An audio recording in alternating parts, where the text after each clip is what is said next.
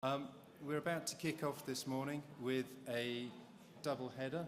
So first up, a panel including White House Keynote, examining some of the policy issues moving forward. I'll hand over very shortly to moderator Diane Ronaldo to lead that.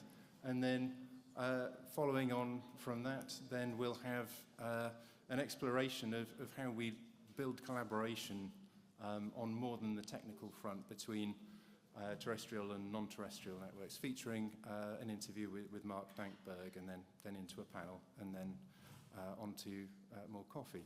So with that, let me hand over to Diane and the rest of the panel. Thank you.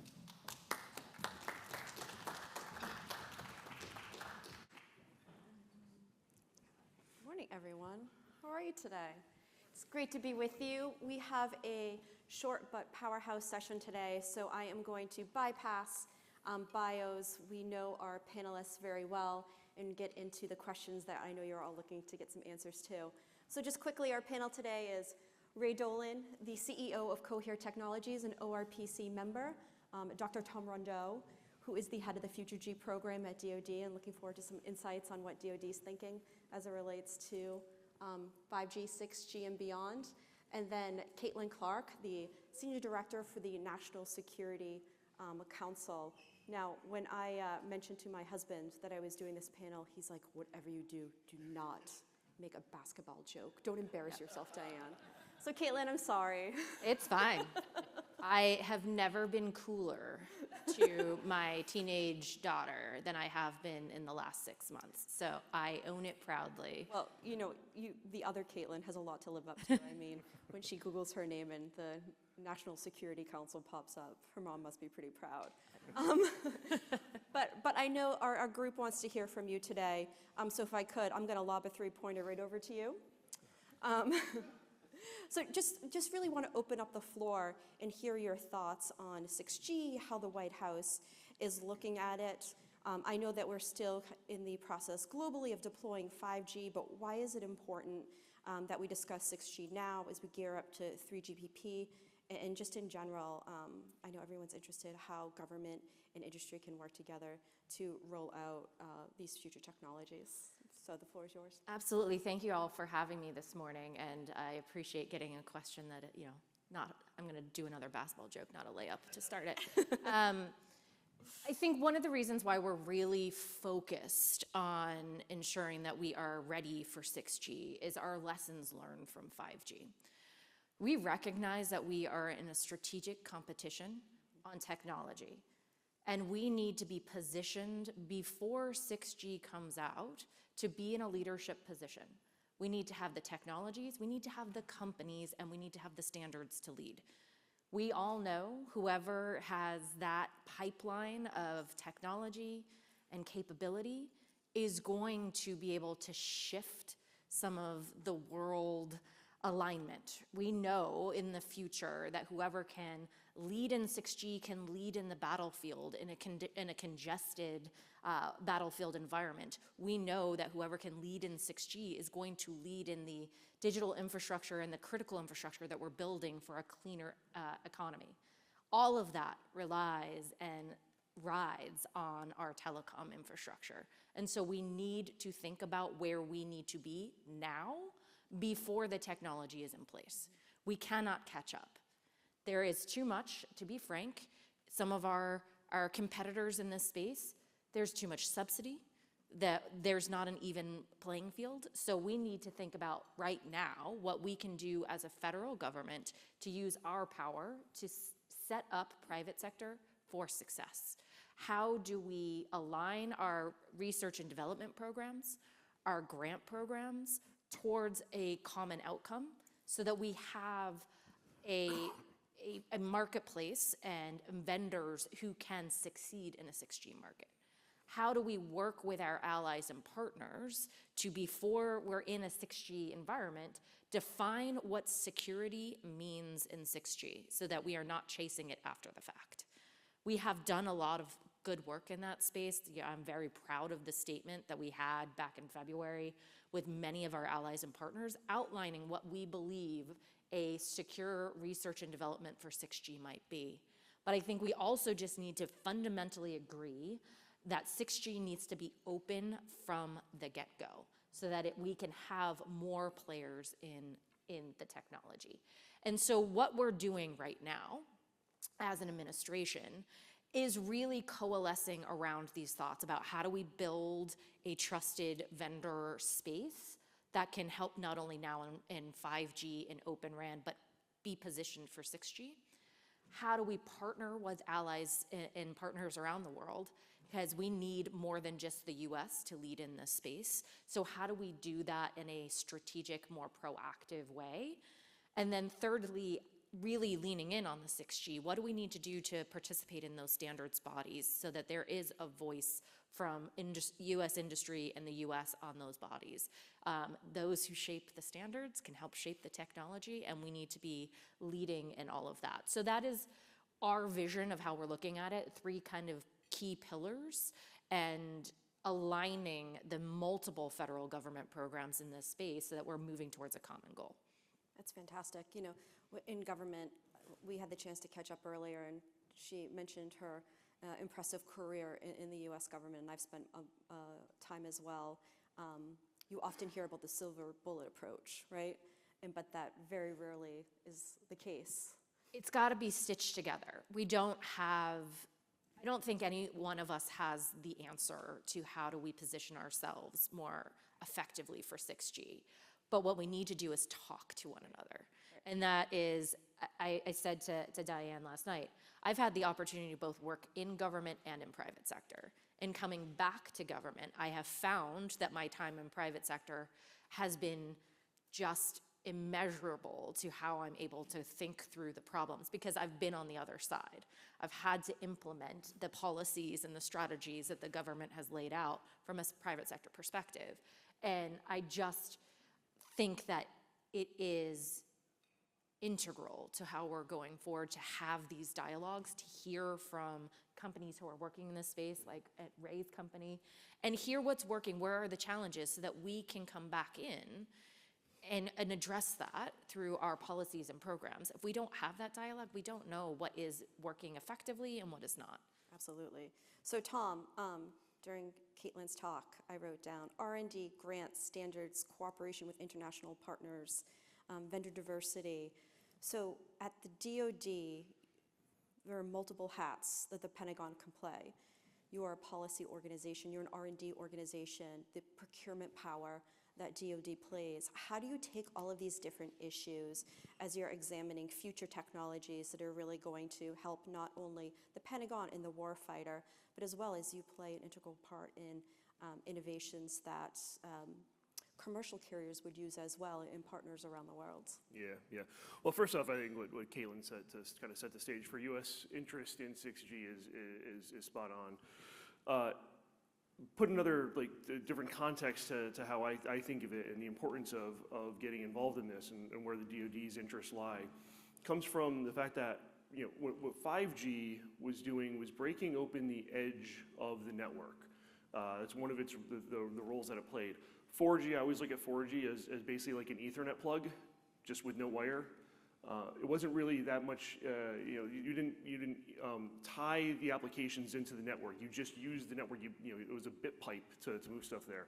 5G starts to play a role where you get a window into the application and the network, and they fuse together right at the edge. You've got the edge computing. You've got the RAN intelligent controllers that we're building right now to manipulate things at the edge. The applications themselves matter so much more as they're pulled into this space. This is one of the arguments we use around the world for why we need to be working on Open RAN, why we need to be working with our trusted vendors, because losing access and losing control over that edge of the compute space to the network and to the network providers is unacceptable from a security and risk to force, risk to life, risk to economy perspectives. 6G is going to continue to advance in that direction. We're going to see more of that where the applications, those verticals, the new markets that we're all working to support and raise up and build is critical with that part of it for the success of that. So when we think about from the DoD's perspective here, the metaphor we always use is, kind of going back to the old concept of tank wars. You have a tank, you run into a river. If there's a bridge that supports the tank, we use the bridge. If not, we'll build a new bridge. It's kind of what we're doing with this as infrastructure as well. We've been working a lot on both how do we use existing commercial infrastructure, how do we operate through was the title that we had for that, the commercial infrastructure that exists securely and safely. And a lot of our operations around the world, we are a global force for our mission. So we establish bases and presences almost anywhere globally. And so we use, in times of peace especially, we use the infrastructure that's there. We're all tied into the local network. So more and more, we're at risk of what's happening on those networks, denying our services, compromising our data. And again, that creates a risk to force, risk to success. If we have to build our own infrastructure, we've been working those problems as well. But that's really let's come in after the fact and be able to build out and roll out something to support our troop operations. So we have all those activities going. We spent a lot of money to do that. We've done a handful of research projects, but when I say a lot of money, you'll see in the press the number 600 million thrown around as far as what we invested in different 5G base operations. And from a US government and a DoD perspective of research and development, that's a lot of money. We estimate that industry spends about $100 billion a year on research and development globally. So 600 million is a drop in the bucket. We can't afford to outspend. We can't even try to outspend. I was a DARPA program manager for many years. I once made the joke, I kind of put those numbers into context in front of the director of DARPA, and I said, so, can you just give me all of DARPA's budget next year to try to make a dent versus the 100 million? We're about 20x away still if we do that. So we've got to be really smart about how we use our money and how we invest and where we put our investments to just tip the scale or work with or support industry, offset some risk in industry so that they can overcome some of their hurdles. So the main initiative that I want to talk about to close out this part of my thinking is what we call OCUDU, Open CUDU. So taking the Open RAN model of the centralized unit and distributed unit, let's open that up. You mentioned openness has to be primary in the 6G world. Open RAN is a great start. It's a great market disruptor right now. We're pushing to the next level of trying to open source the entire thing. We're as I say, what Linux did for the internet, what Kubernetes did for the cloud, we need to do the next thing for telecommunications and our wireless infrastructure. And so that's going to create new models of innovation, new models of workforce development. We're going to train people how to run these networks more effectively because they can see inside of the networks and what's going on there. They can deploy their own systems more effectively. We're going to out-innovate our adversaries because that's what we do best in this country. When there's a good market and there's competition, nobody's going to beat us. And so this is going to create the playing field for us to work off of. And so all the innovations in the hardware level, the radios, on the software level and applications, we're trying to break that open in order to make sure that we're doing what Caitlin says, which is taking advantage of this country's interests and talents to make sure we have an open, resilient, and secure 6G. It's fantastic. Thank you. So Ray, are you liking what you're hearing today? Lots of conversations about working together, working with industry. As a business leader, not only at Cohere Technologies, but also as former CEO of Flareon, you've been paving the way in telecom for some time now. What do you see moving forward when it comes to 6G? How do we take and keep the technological advantage that the U.S. has had in this space? Yeah, I love following what Caitlin and Tom have talked about. There's so much, let me see if I can do this in some logical order, but first, the clarity that Tom talked about with regard to 4G, it's like an Ethernet plug. Oh gosh, I love that. When we had Flareon at trade shows, we just had this big spool of Ethernet wire and said, and we gave out T-shirts as long as you came and cut the wire, because what we were trying to say is like, you're not whapping the voice channel, you're cutting the Ethernet cord, you're mobilizing a computer. And even though we call it an iPhone or an Android phone, it's a computer. So that was the clarity of the vision that led to an OFDM architecture. And there's a lot of wonkiness underneath that, but it was all about making protocols happy and allowing the computer to move. And so now, looking back 20 years later, for you to say it was basically an Ethernet plug without a wire, it's like hip hip hooray, we did it, right? So, and now of course 5G evolved consistent with that OFDM architecture. I do think we need at least a multi-protocol approach in 6G. And then open. So what do we need to do to get 6G right? Let's make 5G more open, because you can't, like, as soon as we get open right, we'll get the architecture right. As soon as we get the architecture right, it'll continue to evolve and it'll attract more new players along with healthy existing players. And more new players will allow the budgets of massive companies that are already successful in the cloud or in AI or in silicon to come into the category and complement the government's approach, right? Because the government by itself can't fight state sponsorship offshore, but it can help organize a massive R&D program if we open it up and allow the existing players who are healthy enough, but by themselves can't possibly fund the massive R&D requirements we have. So we've got to bring in players like NVIDIA and Intel, along with Qualcomm. We've got to bring in software players from the cloud like AWS and Google and Microsoft, along with software evolution of the existing players. And it's that collective R&D intensity that can work well. So first, get open right by making 5G more open. Don't wait for 6G to be open. Be as open as we can now and drive that architecture as hard as we can. Think of 6G as a platform that can support multiple protocols as opposed to making 6G work perfectly for all things. There's not going to be a universal wrench at the radio layer. There'll be a universal platform that hosts multiple players. And then industries like the DoD or like satellites, which you can hear from Mark later, can live on that multi-protocol platform. And if the radio works for them, great. If not, a tweak of that radio needs to be made. And so as long as that radio is a software-based radio and can sit on the same 6G platform, that's when you're going to start seeing entire industries embracing wireless and moving. And that's where the profits will be for the operators, in moving entire industries and hosting them, right? So, and if it's not profitable for the operators, it's not going to work. It's not just the odd and even number G. It's like, did the operators make money? If they did, it was a great G. If they didn't, it wasn't so great a G, regardless of whether the number was odd or even. And I think it's clear to me, listening to operators, and we talk to them all the time, is 6G cannot be another massive hardware upgrade. You've got to leverage the open architecture of 5G and allow the continued virtualization of the network to drive through software into 6G and beyond. And if I may, Diane, the concept of that, I've been thinking about this too for a long time, the heterogeneous edge, right? The file layers that communicate point to point.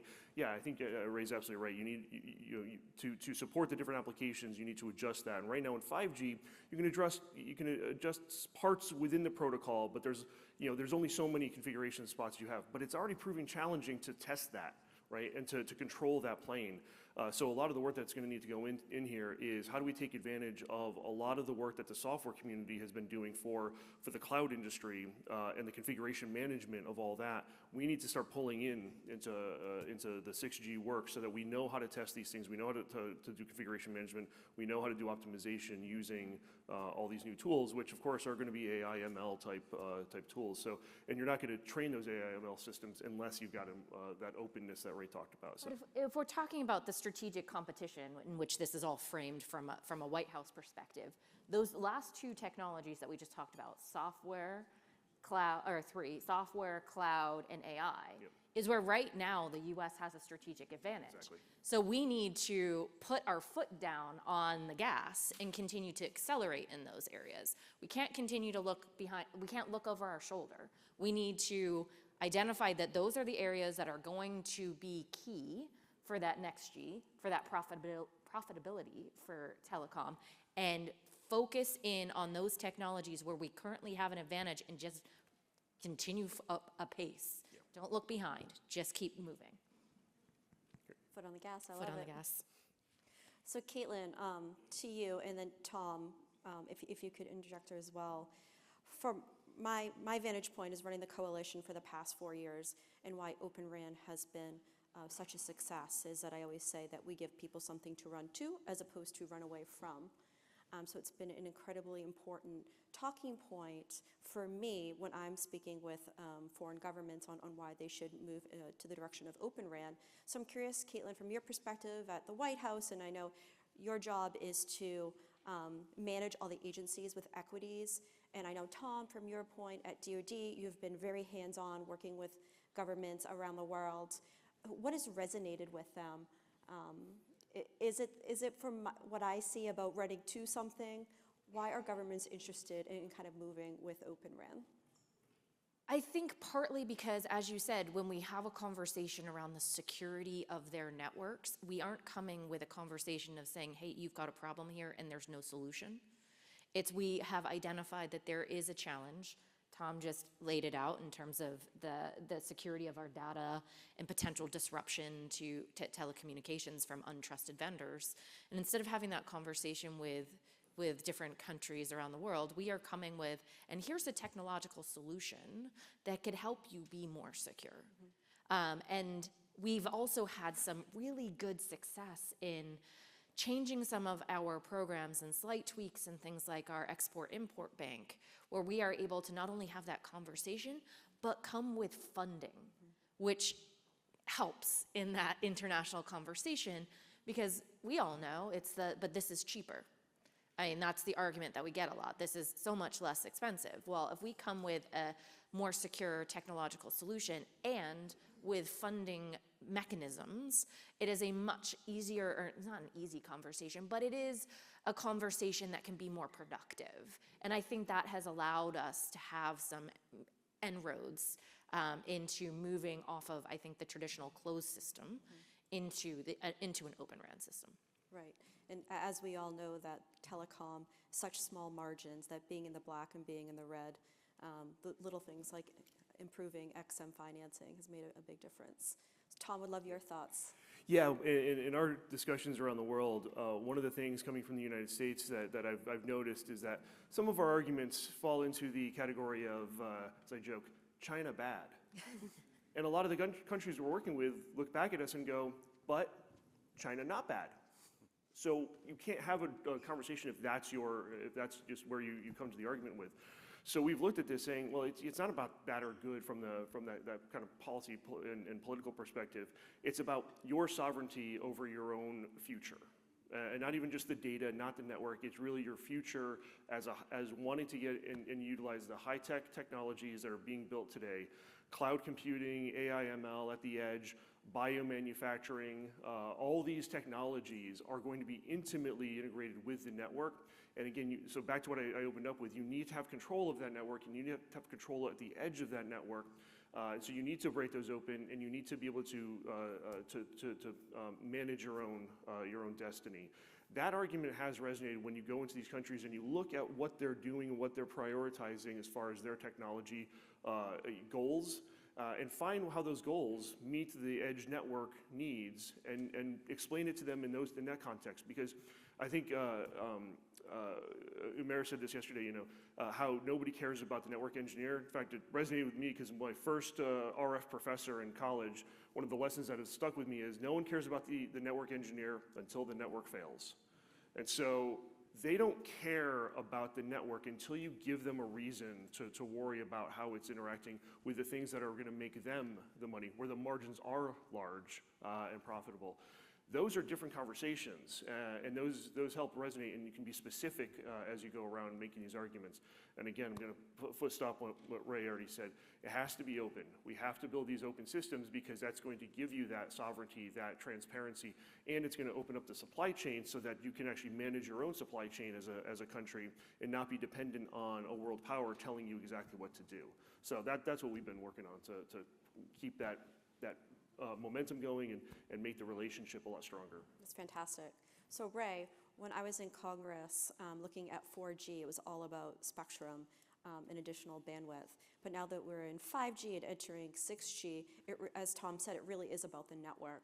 For the first time, network providers are, I wouldn't say household names, I'm not sure my mom would understand, But we're all talking about the different companies that are really making an impact here. So being in this space so long, how do you see what you're doing at Cohere and what others are doing are really helping advance not only Open RAN, but into 6G with your spectrum multiplier and kind of doing more with less? Yeah, so for those that don't know what we do, we've pioneered a new area called delayed Doppler. I'll just leave it at that. But it's generated a product that does channel sensing and estimation. And in order for us to prove that it made a difference, we had to build it on Dell servers, Intel FlexRAN, Capgemini Stack, all of the companies that were outside the existing ecosystem. They played roles at various levels, but they weren't the big RAN players that operators trust.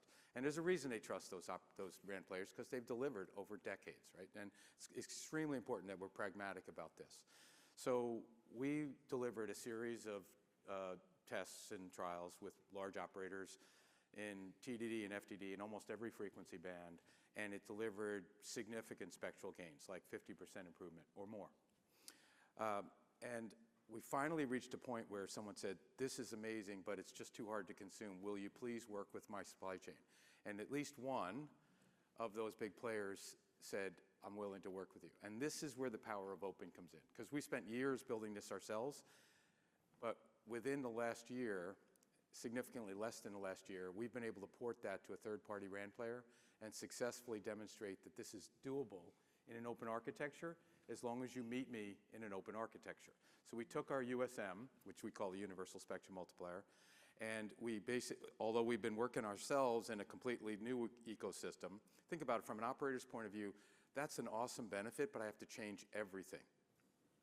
And of course, that doesn't work. I mean, we're just going to die on the vine innovating but unable to move an operator, right? And now you go in and you say with one of their RAN players, I'll meet you at an open interface and give you all the value that I've built by myself. It will exchange value, because obviously you're going to want some value in, to bring this to market. And it happens in 6 months across an open interface. This is about the pace of innovation. The telco, this notion that we're going to do 6G and then 7G every 10 years, and it's going to be one single monolithic global standard that gets everything right, and it's going to do AI by itself, and it's going to do all these other things by itself. It's just irrational. It's been irrational for at least a decade now. But if it's open and it drives to a multi-protocol standard and it allows these multi-trillion-dollar industries to come in to it, then it's going to scale very fast. So, and the good news is that the work that we did with that one RAN player will be done across the published interface, so it'll scale to all RAN players. And the same thing will be true for other innovators in the industry like us that are working their butts off trying to just do small things to make this industry better, and then deliver them across an open interface and allow operators to be more profitable and more profitable. So there will always be a need for more spectrum. And I'm a big fan of spectrum allocation, so please keep pushing on that, Caitlin and others in the FCC.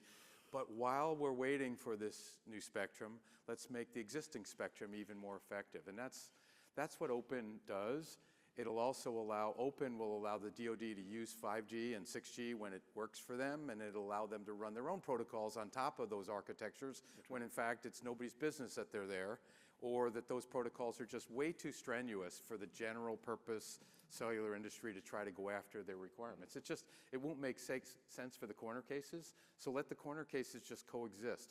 Let satellite coexist, let DoD and warfighter coexist, and let autonomous vehicles coexist, because some of those use cases are too strenuous to be defined in the general purpose 6G architecture. That's at least our point of view. So I just want to pound the table again and again on open. And frankly, let's use 5G's time frame to get open right so that 6G is open by its very nature. It has to be from the start. And that is our, what I think we all need to be driving to.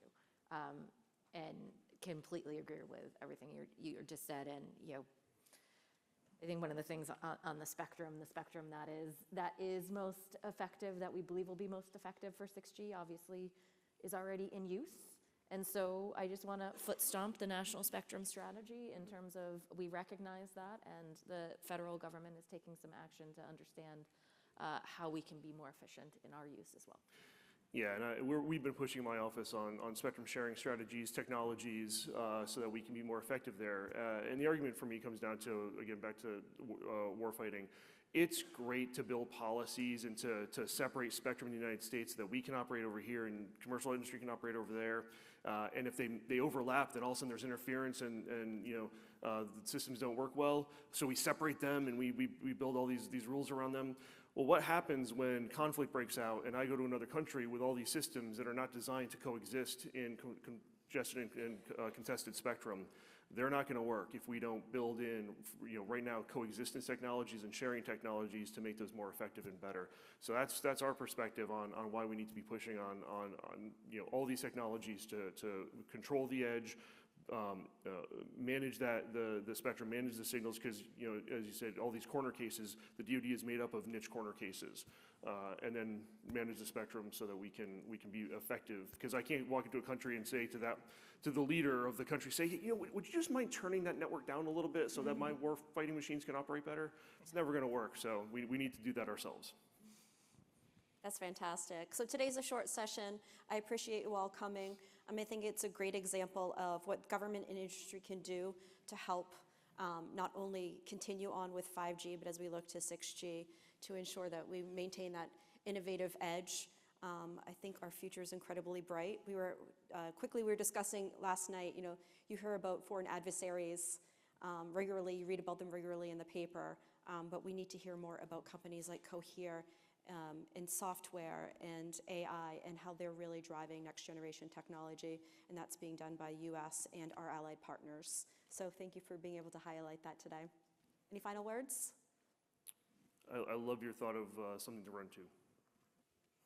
Just thank you all for all of your work in this space. As I said, we can't do it as the US government alone, and I know many of you in the room are thinking through these same tough challenges as we do, and we appreciate everyone and your efforts in this area as well. Thank you all. Thank you, Alex, for having us.